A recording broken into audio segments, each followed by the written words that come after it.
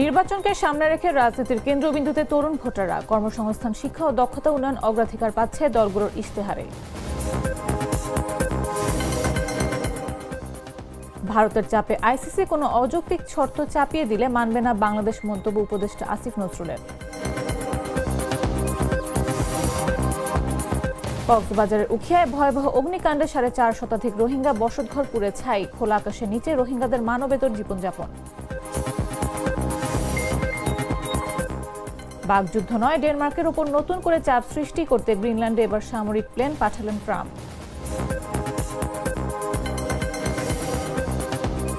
এবং ইব্রাহিম রাসুলের জুটি আর ফিল্ডিং ব্যর্থতায় প্রথম টি-20তে আফগানিস্তানের বিপক্ষে ওয়েস্ট ইন্ডিজের হার।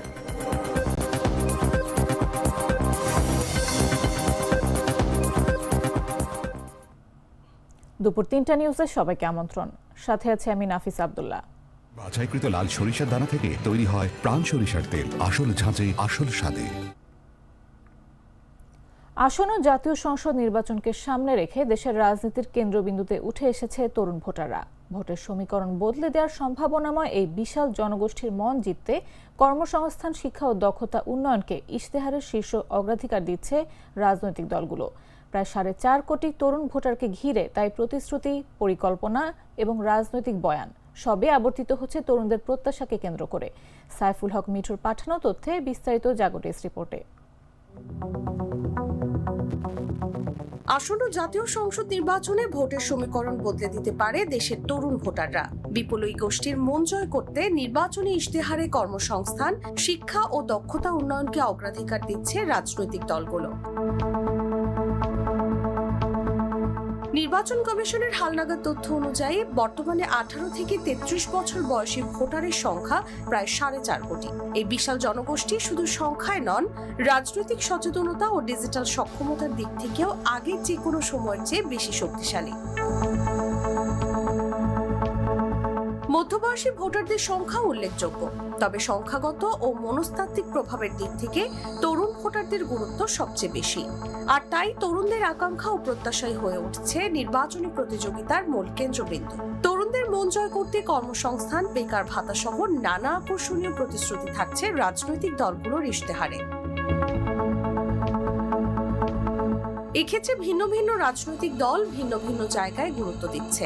কর্মসংস্থানে গুরুত্ব বিএনপির, জামায়াতের দৃষ্টি বাস্তবমুখী কর্মসংস্থানে, আর এনসিপির লক্ষ্য তরুণদের হাত ধরে রাষ্ট্র পুনর্গঠন।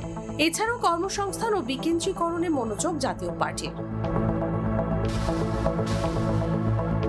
যুক্তরাজ্যের আদলে বাংলাদেশ ক্রিয়েটিভ ইকোনমি গড়ে তোলার পরিকল্পনা এবং ক্ষমতায় গেলে প্রথম 18 মাসে 1 কোটি মানুষের কর্মসংস্থান সৃষ্টির অঙ্গীকার ও স্থান পাচ্ছে বিএনপির ইশতেহারে। এছাড়া শিক্ষা খাতে বাজেট বাড়ানো, স্কুল পর্যায় থেকে ব্যবহারিক ও কারিগরি শিক্ষা চালুর পরিকল্পনা করছে বিএনপি। অন্যদিকে জামায়াতে ইসলামী তাদের নির্বাচনী ইশতেহারে তরুণদের জন্য নৈতিক শিক্ষা, কর্মসংস্থান ভিত্তিক শিক্ষা ব্যবস্থা ও উদ্যোক্তা উন্নয়নকে গুরুত্ব দিয়েছে।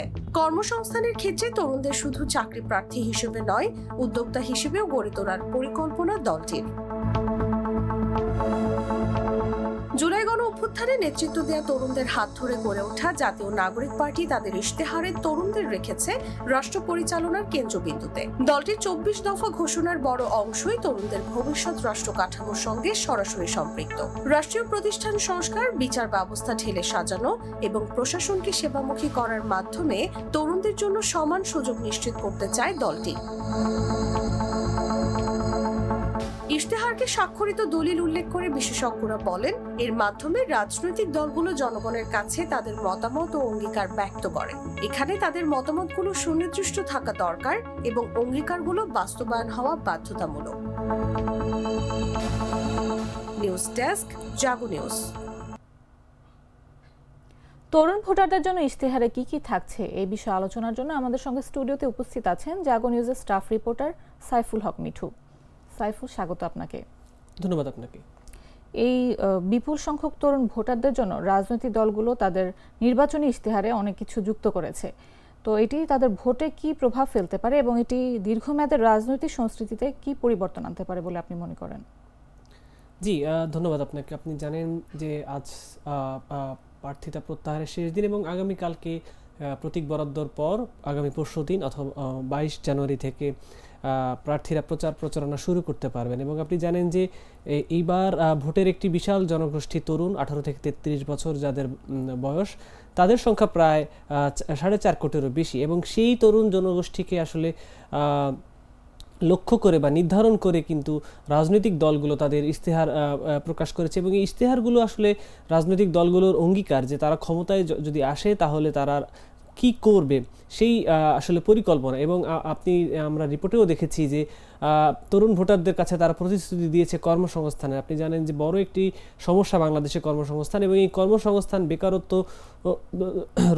প্রত্যাশা নিয়েই কিন্তু জুলাই যে গণ অভ্যুত্থান হয়েছিল, এবং সেই জন আকাঙ্ক্ষাকে প্রতিষ্ঠা করতেই নতুন সরকার আসবে, এটাই আসলে তরুণরা বিশ্বাস করছে। এবং আপনি যেটা বলছেন যে এর ফলাফল কি হতে পারে বা রাজনৈতিক দলগুলো কতটা আসলে এর মাধ্যমে লাভবান হতে পারে, আসলে আপনি জানেন যে ইশতেহার আর মুখরোচক হলেও সেগুলো কিন্তু বাস্তবায়ন করে রাজনৈতিক দলগুলো, বা কিছুটা হলেও বাস্তবায়ন করে। আপনি যেমন দেখছেন প্রায় 18 মাসে 1 কোটি কর্মসংস্থানের প্রতিশ্রুতি দিয়েছে বিএনপি, পাশাপাশি তরুণদেরকে রাজনীতি এবং ক্ষমতায়নের একটি প্রতিশ্রুতি দিয়েছে এনসিপি, পাশাপাশি জামাতও কিন্তু কর্মসংস্থান এবং বাস্তবমুখী শিক্ষার প্রতিশ্রুতি দিয়েছে। তো ভোটাররা আসলে সিদ্ধান্ত নেবেন যে তারা আসলে কোনটা চান এবং কোনটা আসলে কত সময়ের মধ্যে তারা রাজনৈতিক দলগুলোর কাছ থেকে আদায় করে নিতে পারবেন, সেই হিসাব নিকাশ করেই কিন্তু ভোটাররা ভোটটা দিবেন। তো আপনি বলছিলেন যে তরুণদের আকৃষ্ট করতে রাজনৈতিক দলগুলো ইশতেহারে বেকার ভাতা, কর্মসংস্থান, দক্ষতা উন্নয়নের প্রতিশ্রুতি দিয়েছে। এটা কতটা নীতি নির্ভর এবং কতটা নির্বাচনী কৌশল হিসেবে ব্যবহৃত হচ্ছে?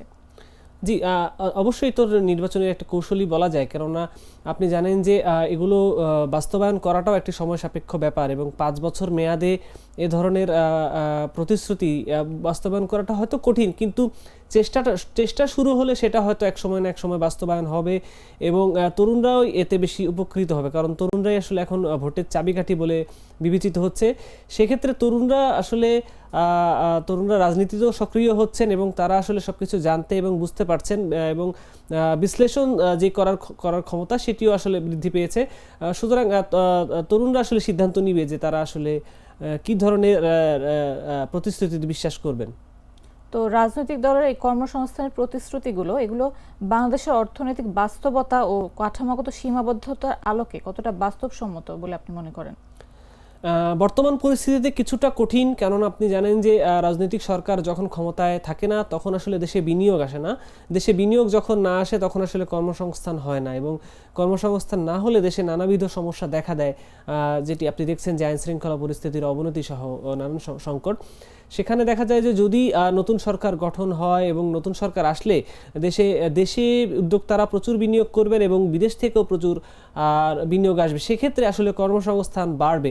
তবে আসলে সংখ্যাতাত্ত্বিক যে ব্যাপারটা যে 5 কোটি বা এত, সেটা আসলে এখনই বিশ্লেষণ করা বা 5 বছরে এত কর্মসংস্থান তৈরি করা যাবে কিনা সেটি আসলে বিশ্লেষণ করা একটু কঠিন।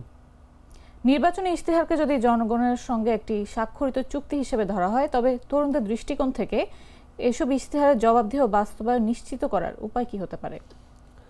জি, আপনি খুব ভালো একটা প্রশ্ন করেছেন। আপনি জানেন যে ইশতেহারগুলো বাস্তবায়ন রাজনৈতিক দলগুলো আসলে করে না, কিন্তু ইশতেহারগুলো বাস্তবায়নে আপনি জানেন যে তরুণরা এখন মাঠে নেমেছে এবং তারা কিন্তু বিভিন্ন দাবি দাওয়া আদায় করে ছাড়ছে। আমার বিশ্বাস যে ইশতেহারগুলো আদায়েও রাজনৈতিক দলগুলোর পাশাপাশি তরুণরাও এবার মাঠে থাকবে, এবং তারা আসলে বাধ্য করবে এই প্রতিশ্রুতিগুলো বাস্তবায়ন করতেও কিংবা আদায় করে নিতে। ধন্যবাদ সাইফুল আমাদের সঙ্গে আলোচনায় উপস্থিত থাকার জন্য। ধন্যবাদ আপনাকে। দর্শক, কথা বলছিলাম জাগো নিউজের স্টাফ রিপোর্টার সাইফুল হক মিঠুর সঙ্গে। এবারে চলে যাচ্ছি অন্যান্য সংবাদে। রাজধানীর গুরুত্বপূর্ণ সংসদীয় আসন ঢাকা 4, শ্যামপুর ও কদমতলী নিয়ে গঠিত এই এলাকায় শ্রমজীবী ও নিম্ন মধ্যবিত্ত মানুষের বসবাস বেশি হলেও নিত্যদিনের জীবন জর্জরিত নানামুখী সংকটে। মাদক বিস্তার, কর্মসংস্থানের অভাব, দ্রব্যমূল্যের ঊর্ধ্বগতি থেকে শুরু করে স্বাস্থ্যসেবা, গ্যাস ও পরিবেশ দূষণ সব মিলে চরম ভোগান্তিতে এখানকার জনজীবন। আসন্ন নির্বাচনকে সামনে রেখে এলাকাবাসীর প্রত্যাশা নিরাপদ, স্বাস্থ্যকর আর কর্মসংস্থান সমৃদ্ধির। ঢাকা 4 আসনের এলাকাবাসীর প্রত্যাশা আর প্রার্থীদের প্রতিশ্রুতির কথা জানাবেন সহকর্মী আব্দুল্লাহ আল কাউসার। সরাসরি চলে যাচ্ছি তার কাছে। রাজধানীর গুরুত্বপূর্ণ সংসদীয় এলাকা ঢাকা ৪ শ্যামপুর কদমতলী নিয়ে গঠিত এই জনপদে শ্রমজীবী নিম্ন মধ্যবিত্ত সহ নানান শ্রেণীর মানুষের বসবাস। তবে প্রতিদিনের জীবনে এখানে যেন এক কঠিন সংগ্রাম। মাদক, কর্মসংস্থান সংকট, দ্রব্যমূল্যের ঊর্ধ্বগতি, স্বাস্থ্যসেবা ঘাটতি, ভাঙাচোরা সড়ক, দুর্বল ড্রেনেজ ব্যবস্থা, গ্যাস সংকট, ভয়াবহ বায়ু দূষণ সব মিলিয়ে নিত্যদিনের জনজীবনে চরম ভোগান্তি। ড্রেন লাইনের জাম বাজিয়ে থাকে, এই কারণে রোড ঘাটে পানি জমে যায়। আর আমাদের এই এলাকায় গ্যাসের একটু সমস্যা আছে। সিটি কর্পোরেশনের সুফল পাই না, আমাদের ওরকমভাবে বেশি এটা পরিষ্কার করে না। আমরা অনেক রিপোর্ট দিতে হয়, অনেক কথা কইতে হয়। এই আসনের এলাকাগুলোর অলিতে গলিতে ভয়াবহভাবে ছড়িয়ে পড়েছে মাদক। স্কুল কলেজ পড়ুয়া তরুণরাও জড়িয়ে পড়েছে এই মরণ নেশায়।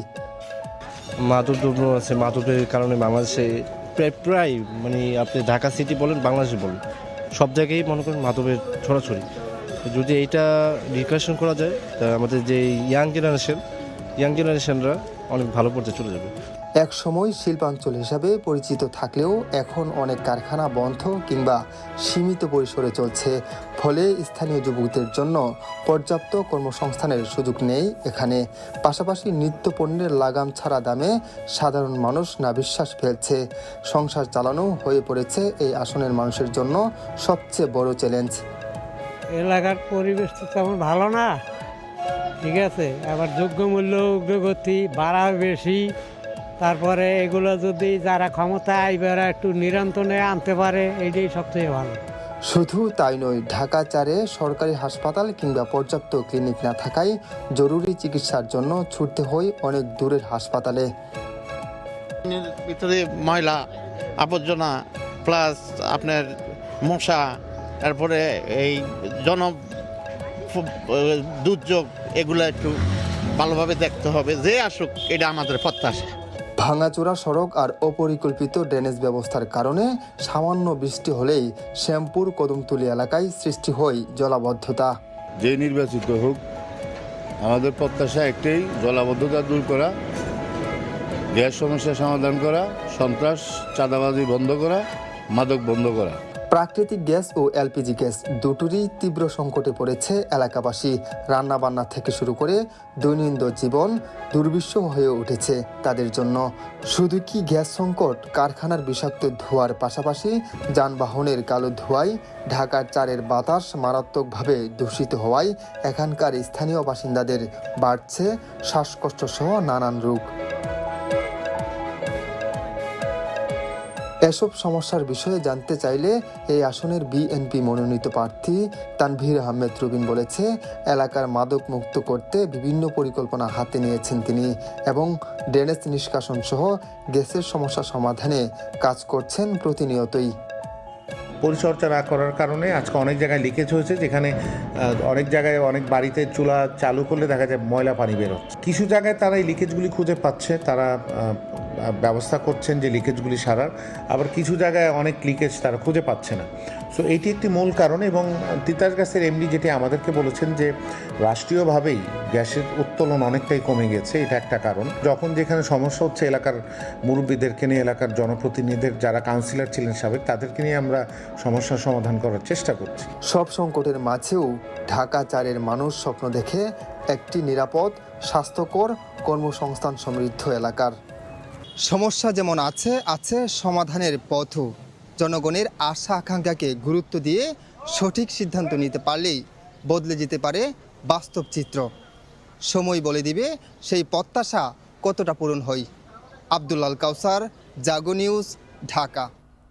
ভারতের চাপে আইসিসি কোনো অযৌক্তিক শর্ত চাপিয়ে দিলে বাংলাদেশ তা মানবে না বলে মন্তব্য করলেন যুব, ক্রীড়া এবং আইন উপদেষ্টা আসিফ নজরুল। মঙ্গলবার সচিবালয়ের সাংবাদিকদের সঙ্গে আলাপকালে উপদেষ্টা একথা বলেন। চাপ সৃষ্টি করে বাংলাদেশকে ভারতে টি-20 বিশ্বকাপ খেলতে যেতে বাধ্য করা যাবে না বলেও জানান তিনি। বাংলাদেশ ভারতে না গেলে বিশ্বকাপে খেলবে স্কটল্যান্ড। ফরাসি বার্তা সংস্থা এএফপির এমন এক খবরের বিষয়ে জানতে চাইলে আসিফ নজরুল বলেন, বাংলাদেশকে বাদ দিয়ে স্কটল্যান্ডকে নেবে এমন কোনো কথা আনুষ্ঠানিকভাবে জানানো হয়নি। আইসিসি যদি ভারতীয় ক্রিকেট বোর্ডের চাপের কাছে মাথা নত করে, বাংলাদেশের উপর চাপ সৃষ্টি করে, অযৌক্তিক কোনো শর্ত চাপিয়ে দেয়, সেই অযৌক্তিক শর্ত মানা হবে না। তিনি আরও বলেন, এর আগে এমন উদাহরণ আছে, পাকিস্তানে ভারত খেলতে যাবে না বলেছে, আইসিসি ভেন্যু পরিবর্তন করেছে। খুবই যৌক্তিক কারণে ভেন্যু পরিবর্তনের কথা বলা হয়েছে।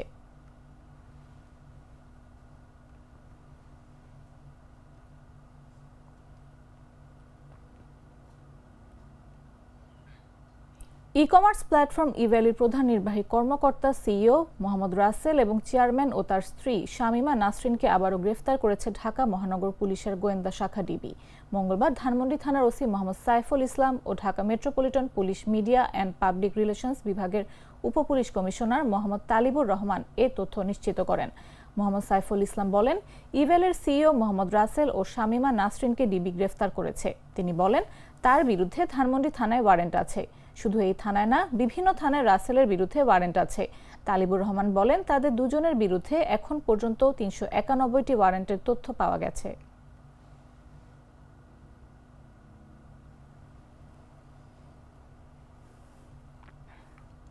২০২৪ সালের ৫ আগস্ট রাজধানীর চাংখারপুলে শিক্ষার্থী আনাস সহ ৬ জনকে গুলি করে হত্যায় মানবতা বিরোধী অপরাধের অভিযোগে সাবেক ডিএমপি কমিশনার হাবিবুর রহমান সহ ৮ জনের বিরুদ্ধে করা মামলার রায় ঘোষণা হবে না আজ। রায় ঘোষণার জন্য আগামী ২৬ জানুয়ারি পরবর্তী দিন ধার্য করা হয়েছে। মঙ্গলবার রায় ঘোষণার নতুন এই দিন ধার্য করেন আন্তর্জাতিক অপরাধ ট্রাইব্যুনাল ১-এর চেয়ারম্যান বিচারপতি মোহাম্মদ গোলাম মুর্তুজা মজুমদারের নেতৃত্বাধীন ৩ সদস্যের বিচারিক প্যানেল। রায় প্রস্তুত না হওয়ায় তারিখ পেছানো হয়েছে বলে জানিয়েছে প্রসিকিউশন। প্যানেলের অন্য ২ সদস্য হলেন বিচারপতি মোহাম্মদ শফিউল আলম মাহমুদ এবং অবসরপ্রাপ্ত জেলা ও দায়রা জজ মোহাম্মদ মহিতুল হক এনাম চৌধুরী। এর আগে গেল ২৪ ডিসেম্বর রাষ্ট্র আসামি পক্ষের যুক্তি উপস্থাপন শেষে এই মামলার রায় ঘোষণার জন্য ২০ জানুয়ারি দিন ঠিক করেন আন্তর্জাতিক অপরাধ ট্রাইব্যুনাল। আমি তো মশলা বদলে ফেলেছি, এবার আপনিও বদলে ফেলুন। একবার প্রাণ গুঁড়া মশলা ব্যবহার করেই দেখুন। কক্সবাজারের উখিয়ার ভয়াবহ অগ্নিকাণ্ডে ৪.৫ শতাধিক রোহিঙ্গাদের বসতঘর অগ্নিকাণ্ডে পুড়ে ছাই হয়ে গেছে। মঙ্গলবার ভোরে উখিয়ার ১৬ নম্বর রোহিঙ্গা ক্যাম্পের ডি ব্লকে এই ঘটনা ঘটে। এই ঘটনায় ঘরের চাল, ডাল, আসবাবপত্র, নিত্য প্রয়োজনীয় সামগ্রী হারিয়ে দিশেহারা হয়ে পড়েছে অসংখ্য রোহিঙ্গা পরিবার। খোলা আকাশের নিচে শিশু সন্তানদের বুকে জড়িয়ে বসে থাকতে দেখা গেছে ক্ষতিগ্রস্ত পরিবারগুলোকে। মাথার উপর নেই কোনো ছাউনি, নেই খাবার রান্নার ব্যবস্থা। ছোট শিশুদের কান্নার, বড়দের অসহায় আর্তনাদে ভারী হয়ে উঠেছে ক্যাম্পের পরিবেশ। ভুক্তভোগীরা জানান, আগুনে তাদের জীবনের শেষ সম্বলটুকুও পুড়ে গেছে। অনেকের কাছে এখন একবেলা খাবারের ব্যবস্থাও নেই। দ্রুত আশ্রয়, খাদ্য ও জরুরি সহায়তা না পেলে শিশু ও বৃদ্ধদের নিয়ে চরম দুর্ভোগে পড়তে হবে বলে আশঙ্কা করা হচ্ছে।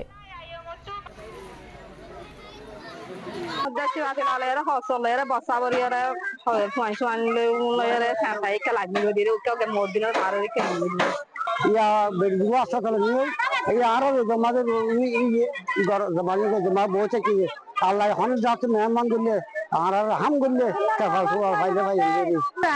গরম মাঝে আর বলা কয়ে ডিটু আয় গরম মাঝে 15 জন যায় কান্না ভরাইতে মা কান্না ভরাইতে তো লাইতের মাঝে যায় খেতো আর সারা না হারি। চট্টগ্রামের মিরসরাইয়ের ফেনাপলি এলাকায় বিএসআরএম এর স্ক্র্যাপবাহী লরি উল্টে ঢাকা চট্টগ্রাম মহাসড়কে যানজটের সৃষ্টি হয়েছে। মঙ্গলবার ভোরে এই দুর্ঘটনা ঘটে। এতে গাড়ির চালক ও হেলপার আহত হন। সড়কের মাঝে গাড়ি পড়ে থাকায় সকাল থেকে প্রায় ৫ কিলোমিটারের যানজট দেখা দেয়। এতে ভোগান্তিতে পড়েছেন অফিসগামী মানুষ। স্থানীয়রা জানান, সকালে স্ক্র্যাপ বোঝাই লরি সড়কের মাঝে বিভাজনে উল্টে যায়। গাড়ির পেছনের অংশ আলাদা হয়ে স্ক্র্যাপগুলো সড়কে পড়ে থাকা এতে চট্টগ্রামমুখী লেনে মিরসরাই ফিলিং স্টেশন থেকে মিঠাছড়া পর্যন্ত যানজট দেখা দেয়। এ বিষয়ে জোরারগঞ্জ হাইওয়ে থানার ভারপ্রাপ্ত কর্মকর্তা মোহাম্মদ জাকারিয়া বলেন, উল্টে যাওয়া গাড়ি উদ্ধারের কাজ চলছে। যানজট নেই, থেমে থেমে গাড়ি চলছে। কিছুক্ষণের মধ্যে দুর্ঘটনা কবলিত গাড়ি উদ্ধার করে নিয়ে যাব।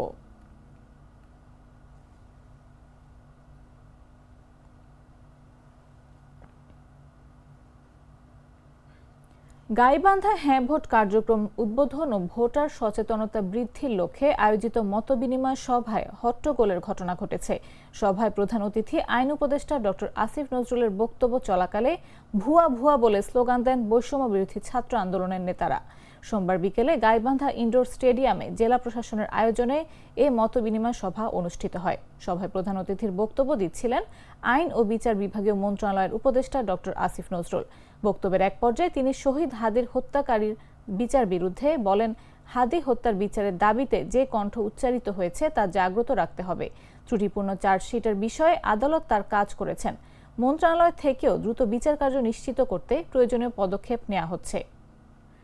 তার মতামত চাপিয়ে দেওয়ার জন্য বাংলাদেশের ছাত্র জনতা তরুণদেরকে যখন ইচ্ছা হত্যা করতো, আয়না ধরে বন্দি করে রাখতো, গুম করে রাখতো, মিথ্যা মামলা, অত্যাচার।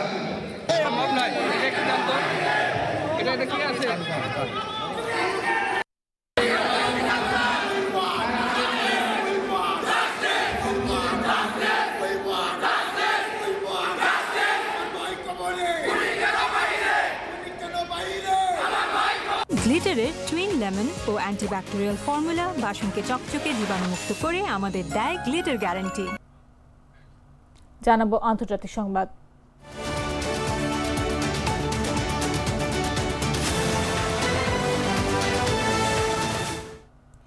গ্রিনল্যান্ড অধিগ্রহণ নিয়ে একের পর এক হুমকি ও বিতর্কিত মন্তব্য করে যাচ্ছেন মার্কিন প্রেসিডেন্ট ডোনাল্ড ট্রাম্প। তবে এবার আর বাকযুদ্ধ নয়, বরং ডেনমার্কের ওপর নতুন করে চাপ সৃষ্টি করতে গ্রিনল্যান্ডের ঘাঁটিতে সামরিক প্লেন মোতায়েন করছে যুক্তরাষ্ট্র।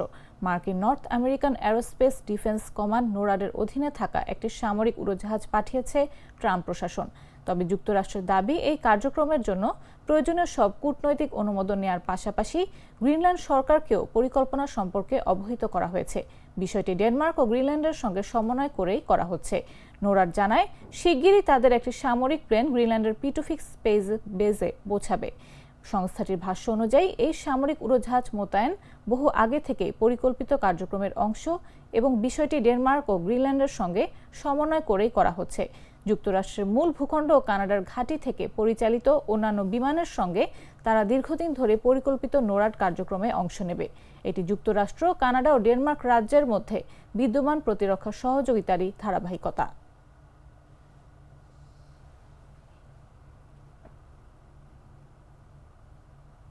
এবারে খেলার খবর।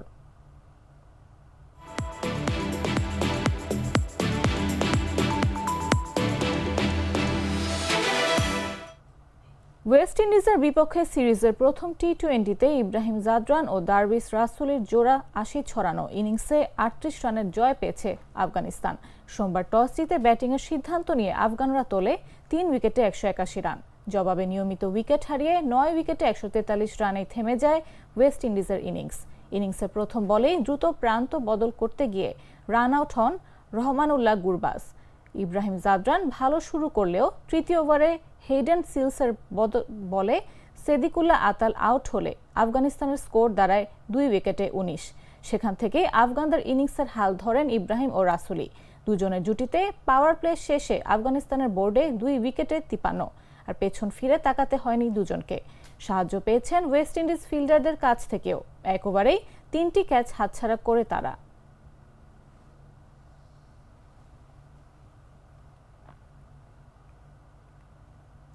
সংবাদ শেষ করার আগে শিরোনামগুলো জানিয়ে দিচ্ছি আরো একবার।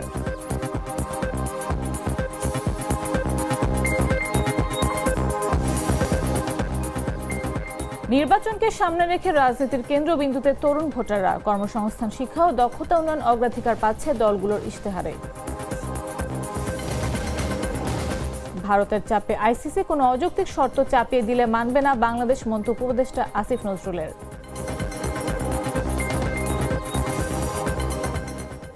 কক্সবাজারের উখিয়ায় ভয়াবহ অগ্নিকাণ্ডে ৪.৫ শতাধিক রোহিঙ্গা বসতঘর পুড়ে ছাই। খোলা আকাশের নিচে রোহিঙ্গাদের মানবেতর জীবনযাপন।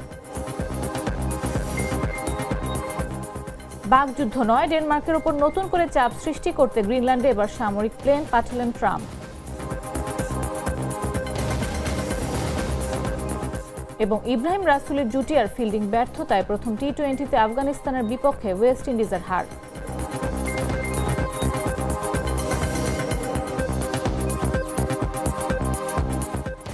দর্শক, এই ছিল এখনকার মতো। প্রতি মুহূর্তে সর্বশেষ খবর পেতে ভিজিট করুন jagonews24.com, ফলো করুন আমাদের ভেরিফাইড ফেসবুক পেজ এবং সাবস্ক্রাইব করুন জাগো নিউজের ইউটিউব চ্যানেল। এতক্ষণ সাথে থাকার জন্য ধন্যবাদ সবাইকে।